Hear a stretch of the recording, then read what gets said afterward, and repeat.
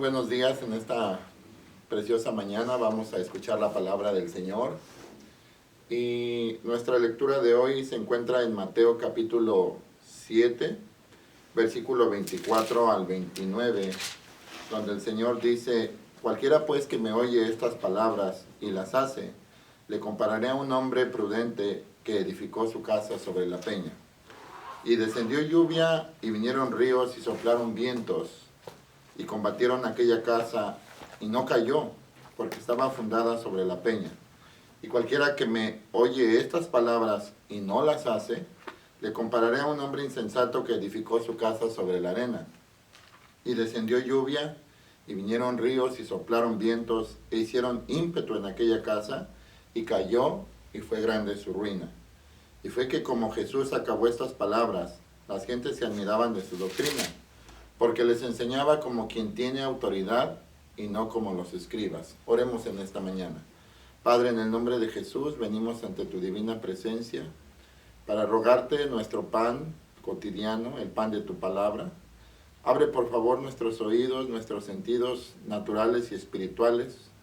Señor eterno, permítenos poner nuestra mente, nuestro corazón en tu bendita palabra. Y danos, Señor, la porción que necesitamos el día de hoy para poder caminar contigo, para poder tomar una decisión hacia ti, Padre Santo, para poder ser edificados en tu nombre y para poder conocer más acerca de ti, bendito Dios, por la preciosa sangre tuya, por el nombre tuyo, por tu sangre, fuego y agua, en el nombre de Jesús te lo pedimos. Amén. Y bueno, este es uno de los pasajes que más han impactado mi vida cuando hablamos acerca de fundamento cristiano, porque es el mismo Señor Jesucristo, la misma palabra, hablando. En el versículo 24 dice cualquiera.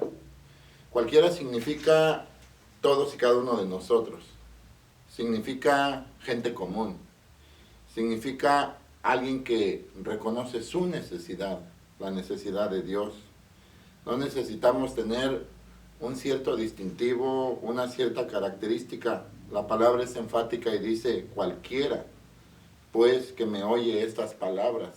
Es el mismo Señor Jesucristo, la misma palabra hablando a nuestras vidas, la vida del ser humano, y en este caso al pueblo judío, a todo creyente que quiere escuchar el consejo de Dios. Entonces el Señor Jesucristo dice, cualquiera pues que me oye estas palabras y las hace. Qué gran diferencia es cuando nos atrevemos a vivir la palabra de Dios. No tan solo oírla, no tan solo escucharla, no tan solo leerla, no tan solo estudiarla, pero vivir la palabra de Dios. Hace algunos años atrás, quizás unos 30 años, me acerqué a una mujer muy sabia, la doctora Esparza en México, y muy emocionado le dije, hermana Esparza, ¿cómo me siento tan feliz, me siento tan contento de poder entender el mensaje del camino crucificado? Se me quedó viendo, me sonrió y me dijo, hay más bendición no tan solo en entenderlo, más que en practicarlo. Me dejó con los ojos abiertos y dije, qué gran verdad me ha dicho esta sabia mujer. Y es lo mismo que dice el Señor Jesucristo, y las hace. Vivir la palabra de Dios, hacer nuestra la palabra de Dios, que la palabra de Dios sea nuestro diario vivir, que apliquemos la palabra de Dios en cada área de nuestra vida, en cada lugar donde nosotros nos movamos, seamos. El primer lugar indudablemente donde tenemos que vivir la palabra de Dios es en nuestros hogares, con nuestra familia, con nuestros hijos, con nuestros padres, esposa, esposo. A continuación es en la iglesia donde nos reunamos, la gente que nos conoce, y después en aquellos lugares donde ni siquiera saben quiénes somos, pero la palabra nos va a identificar con ellos y les va a decir que somos hijos de Dios. Y luego dice que el Señor nos compara a un hombre prudente. La palabra prudente tiene que ver con alguien que ha sido educado espiritualmente, de tal modo que ha recibido la sabiduría de Dios a través de su palabra, el entendimiento de Dios a través de su Espíritu Santo, el conocimiento de Dios por el continuo practicar de la palabra.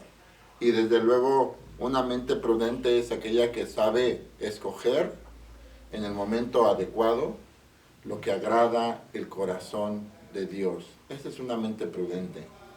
La que sabe escoger en el momento oportuno lo que agrada el corazón de Dios. Entonces, este hombre prudente edificó su casa sobre la peña. Y todos sabemos, sin necesidad de ser constructores o eruditos en la materia, que hay una gran diferencia cuando construimos una casa sobre un cimiento sólido que construir una casa sobre algo que es pasajero, que es movible, como la arena, que a continuación vamos a leer. Pero este hombre prudente pensó en edificar su casa sobre la peña. ¿Qué es la casa? La casa es el lugar donde vivimos, en un sentido. La casa eres tú, tu familia, es tu propia vida personal, es tu vida espiritual. Es lo que tú pretendes ser o quieres ser, es lo que tú has planeado o puesto en tu meta como vida, como ideal de vida, de acuerdo a la palabra de Dios, a la mente del Señor. Y nos sigue diciendo que cuando este hombre prudente edificó su casa sobre la peña, sobre el cimiento sólido, descendió lluvia, vinieron ríos, soplaron vientos y combatieron aquella casa y no cayó porque estaba fundada sobre la peña. Aquí encontramos en el versículo 2 que la casa fue expuesta a lluvia, a ríos, a vientos y combatieron aquella casa. Encontramos 4 enemigos que comúnmente están alrededor de nosotros y que Dios permite para probar el fundamento sobre el cual estamos establecidos. 2, aumentar nuestra fe en ese fundamento, el cual indudablemente, si es la peña, se llama Jesucristo. Ahora, pensemos en lo que el Señor Jesús trata de decirnos a través de estos 4 enemigos. La lluvia. ¿De qué es tipo la lluvia en esta porción de la Escritura? La lluvia es tipo de los problemas. ¿Quién no tiene problemas?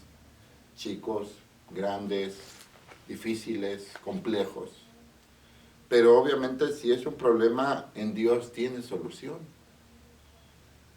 Solución que muchas veces tiene que ver con decisiones que tenemos que llevar a cabo, aunque vayan en contra de lo que realmente queremos. Pero si queremos solucionar el problema, tiene solución. Problema, como la lluvia. Hay un dicho en español que dice que a veces tenemos tantos problemas que llueve sobre mojado, ¿verdad? Uno tras otro, uno tras otro, uno tras otro. Problemas en la casa, problemas en el trabajo, problemas en la iglesia, problemas de salud, problemas en tu vida personal. Los problemas nunca se van a acabar, nunca van a dejar de venir, porque son parte de la vida del ser humano, de la imperfecta vida del ser humano. Y luego dice que vinieron ríos. Los ríos nos hablan de las pasiones no tan solo internas, sino externas. Una de las pasiones más fuertes con las que nos tenemos que enfrentar es el enojo, que muchas veces brota de nosotros como un río. ¿Y cuántas veces hemos oído gente que dice, y no me hagan enojar, porque si me enojo, me pierdo el control? Voy a hacer una tontería, voy a hacer cualquier cosa que no quiero hacer. Y dice la Biblia que vinieron ríos. Dios va a permitir que los ríos de tu interior, que no son precisamente la oración, broten cuando practicas la palabra, para que te des cuenta de tu necesidad de Dios, para que nos demos cuenta de que sin Él nada podemos hacer, para que nos demos cuenta de qué es aquello que nuestra vida necesita cambiar, amén de otros ríos pasionales, deseos equivocados, pensamientos que brotan de nuestra mente como torrentes de agua uno tras otro. contra lo cual tenemos que luchar, pero ¿sabes una cosa? La preciosa sangre de Jesús tiene poder para limpiarnos, para sanarnos, para restaurarnos, para justificarnos, para apagar los ríos de mala influencia dentro de nosotros y ríos de afuera, pensamientos, tendencias en el mundo en el que vivimos, los pecados de moda que la gente practica sin temor de Dios, obviamente, aquello que parece ser tan común para otros, pero que es reprobado por la palabra del Señor.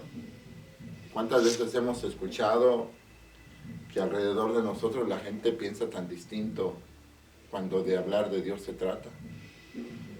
Y sus bocas son como ríos que manifiestan lo que hay en su interior, ¿verdad? En contra de Dios, en contra de su palabra. Pero para esos ríos que vengan en contra de tu vida, el fundamento, la peña Jesucristo, tiene el poder de sostenerte, tiene el poder de ayudarte, tiene el poder de que aunque los ríos vengan, los ríos de mentira, los ríos de falsedad, los ríos de tribulación, los ríos de enojo, los ríos de perversión, hay poder en la sangre de Jesús, hay poder en el fuego del Espíritu Santo, hay poder en el nombre de Jesús, hay poder en el fundamento eterno que se llama Jesucristo. Y dice la palabra de Dios, y soplaron vientos. Los vientos son las ideologías del mundo en el que vivimos.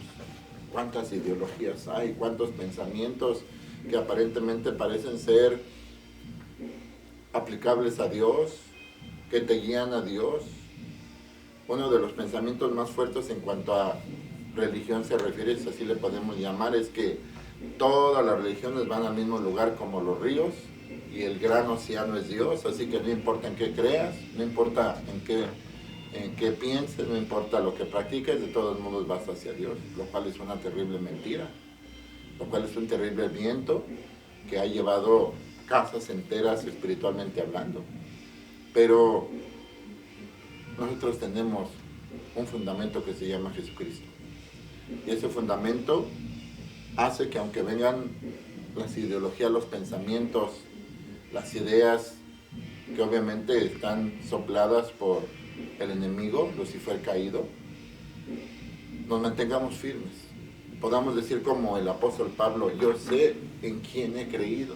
Su nombre es Jesús, es mi Salvador, es mi Redentor, es el dueño de mi vida, es mi restaurador, es mi pan de todos los días, es el vino de mi gozo, es el aceite que unge mis heridas, es el que restaura mi ser, es el que me corona de favores y me llena de misericordias, como dijera el salmista. Uno de los vientos más fuertes contra los que la iglesia se tiene que enfrentar, a veces imperceptible, es el viento de ideología de la nueva era. Aquello que ha hecho creer a muchos que ellos son dioses en sí mismos, y que no tienen la necesidad de un Dios externo, de un Dios que esté en los cielos. Ellos dicen, nosotros somos Dios, y nos hace recordar la gran mentira que la serpiente dijo a la mujer ahí en el huerto del Edén. Vayan, desobedezcan a Dios, coman del árbol que Él les dijo que no comieran, no van a morir, van a ser igual a Él, seréis como dioses, sabiendo el bien y el mal, teniendo control sobre lo bueno y lo malo. Qué terrible mentira vive el mundo de hoy. Y vean cuánta gente, educada y no educada, rica y pobre, liberal o no liberal, como quieran llamarse, toma este pensamiento como si fuera tan válido, simplemente porque les conviene. Pero hay un Dios que se hizo carne ciertamente, que sufrió y murió por nosotros en la cruz del Calvario. Fue sepultado, pero no se quedó en la tumba. Él resucitó, Él vive, Él reina, Él es Dios. Él está sentado a la diestra del Padre en las alturas, y un día cada uno de nosotros nos tendremos que presentar delante de Él, ya sea en el tribunal de Cristo, ya sea en el juicio del gran trono blanco, para dar cuentas ante su presencia. Y dice la palabra de Dios que combatieron aquella casa. Enemigos son los que combaten. La palabra combate significa guerra. Y a veces el enemigo viene y guerrea, pelea.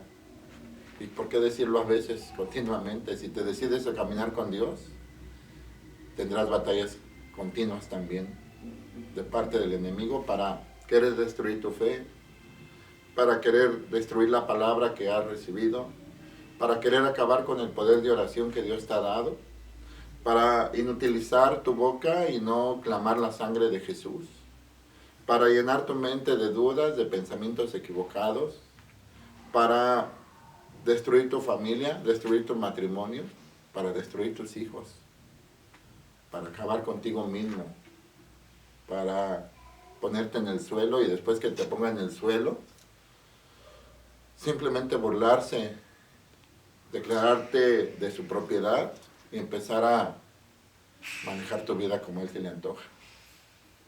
Hace pensar en el pueblo de Israel en aquella ocasión cuando Balaam fue llamado para maldecirlo allá en el Antiguo Testamento. Y no pudo hacerlo porque Dios tenía a Israel dentro de una cerca, dentro de una protección. Y Balac, el rey que lo había contratado para que maldijera a Israel, al darse cuenta que ni lo maldecía, pero lo bendijo, simplemente buscaron otra manera de perjudicar a Israel. Y la idea fue tan clara como Balaam le dijo, haz que Israel salga de la cerca de Dios. Si está dentro de la cerca de Dios, del temor de Jehová, no podemos hacer nada, pero si tú logras que salga de la cerca de Dios, va a ser vulnerable, se va a encontrar desprotegido, no va a tener poder de resistencia. Y fue lo que hicieron. Enviaron un grupo de gente, de mujeres, para que los atrajeran, los sedujeran, para que les mostraran los placeres de la carne